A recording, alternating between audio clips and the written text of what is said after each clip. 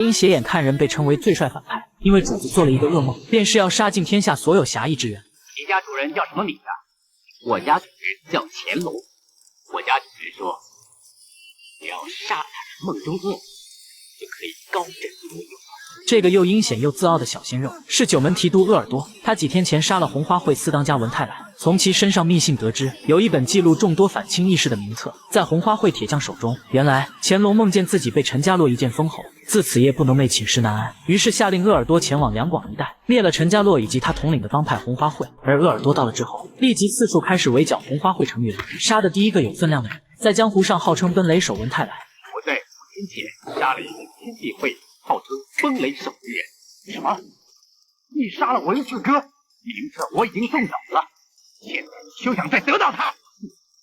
见这些人一个个无所畏惧，鄂尔多也不再废话，当即一套硬桥硬马通背拳打出，招招毙命，根本没有人能在他手下走上一招。铁匠师傅更是被一拳打飞，活活烧死在了烈火之中。随后根据另一线索，鄂尔多带人前往广州继续搜查。巧合的是，以德服人的雷老虎为了落户广州，在这里出钱出力举办大型运动会。他早年靠山贼起家，名声臭得很，所以不远千里举家搬到广州，想洗白自己身份，从此以后以德服人。可饶是如此，依旧有人知道他的过往，在背后添油加醋的乱说一通。结果这些话被来看运动会的雷霆听到，这才知道老爹如此不受待见。为了防止众人认出自己身份，产生不必要的麻烦，于是便准备悄悄离开此地。可不料就在这时，本地纨绔涛公子发现了雷霆，顿时被其绝美的容颜吸引，赶紧领众小弟拦在前面，对着他上下其手就是一顿撩拨。这可把雷霆给吓坏了。关键时刻，10大杰出青年方世玉骑着木质的自行车赶到，3下5除2便将涛公子小弟给揍了一顿。突如其来的英雄救美，瞬间俘获了雷霆那颗少女心。可大庭广众之下斗殴，同时也引来了附近衙役。在这儿打架，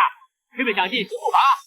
哎，今天是我第一天上任，就给我一个面子，看他给不给面子？他妈，你们敢在这儿打架，是不是想进牢房啊？对不起，不准再打了啊！是。武斗不成，刚才小弟又挨了一顿胖揍，觉得丢了面子的涛公子便激方世玉到运动场上一决高下。毕竟他曾出国留学，专攻体育，寻思碾压方世玉肯定是手拿把掐。第一个回合是跳远比赛，涛公子跳出了一个第一的成绩，可没想到下一秒就被啪啪打脸。只见方世玉一个原地起跳，接着空中助力3连步，直接越过土坑，超越涛公子了一大截。第二回合是4人接力短跑，由于方世玉这边人数不够，只能将雷霆作为了第3棒。可他一个大家闺秀，根本没有做过什么体力劳作，更别说这种激烈的体育运动了。因此在他强撑着跑完时，涛公子已遥遥领先了一半距离。而轮到方世玉后，当即一个氮气加速，速度瞬间飙升到了180迈，快到身后辫子都没反应过来，在后面像个棍子一样翘着。但尽管如此，双方仍旧还有一段距离。眼看冲刺线就在前方，方世玉赶紧使出轻功绝技草上飞，以0.03秒的优势撞线，险胜涛公子这个运动健将。事后，方世玉将奖牌送给雷霆，也算是借花献佛表达爱意。毕竟这么美的女孩谁不爱呢？我姓陈。脸都丢尽了，给我扁！雷霆之所以说是姓陈，是因为得知方世玉也痛恨雷老虎，怕暴露身份后会不待见自己。而涛公子不顾衙役警告，气急败坏的想找回面子，方世玉自然也就有了出手的理由。他1岁学武，3岁就开始打架，被他打哭的小朋友数不胜数。长大后更是不减反增，几乎是3天1小打，5天1大打。如今打起涛公子几人来，简直就是小菜一碟。仅仅1分钟的时间，就把他们给揍得服服帖帖。而也就在这时，衙役们闻讯赶来，将方世玉他们全部带回了衙门。随后问清了事发缘由，衙役让方世玉签个名就可以回家。结果这个老六将同伴名字，一个写成了袁奎，一个写成了刘振伟。那你呢？我写。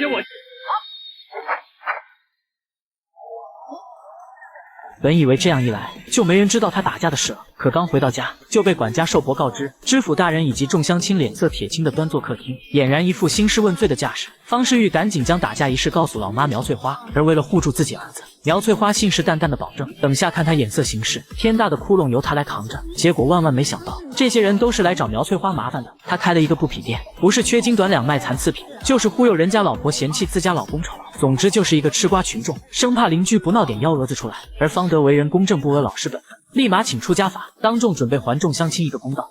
老爷，给我个面子，给你面，不用给我面子啊！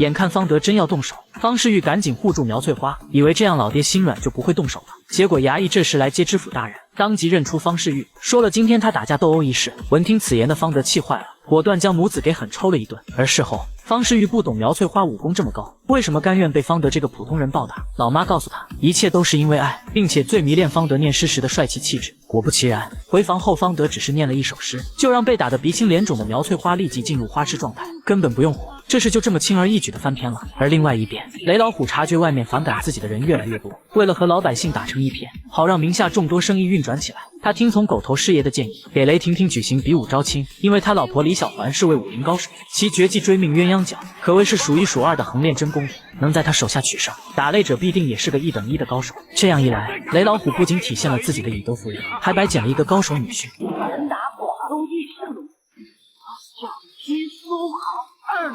比武是双脚不落地，双脚落地就为输。现在我介绍我老婆李小环。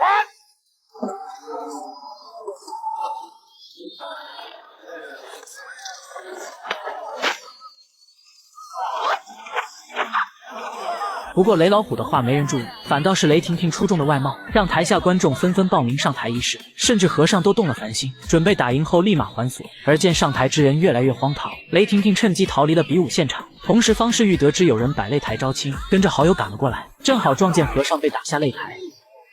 你也来招亲了？我动了凡心了。